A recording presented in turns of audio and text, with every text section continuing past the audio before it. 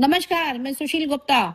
आज हम बात करने जा रहे हैं भगवान हनुमान जी की, जिनका नाम लेते ही मन में शक्ति, भक्ति और विश्वास का भाव जाग उठता है।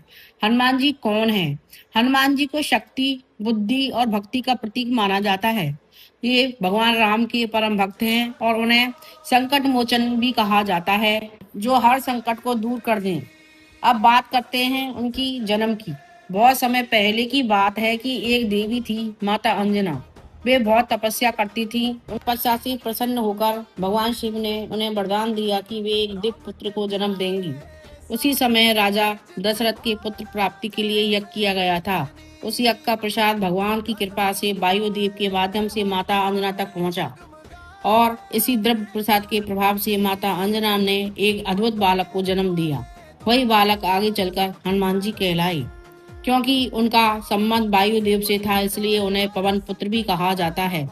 अब बचपन की एक बहुत रोचक कहानी।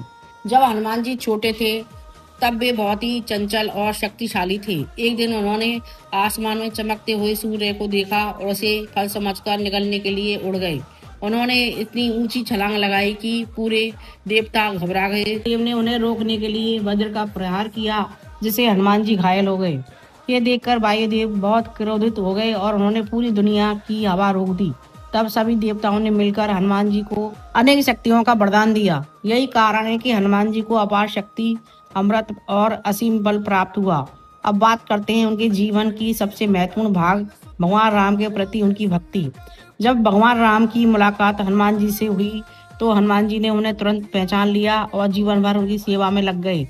माता सीता का रावण ने हरण किया, तब हनुमान जी ने समुद्र पार करके लंका पहुंचकर सीता माता को खोजा। उन्होंने अकेले ही लंका में जाकर रावण के सैनिकों का सामना किया और पूरी लंका में आग लगा दी।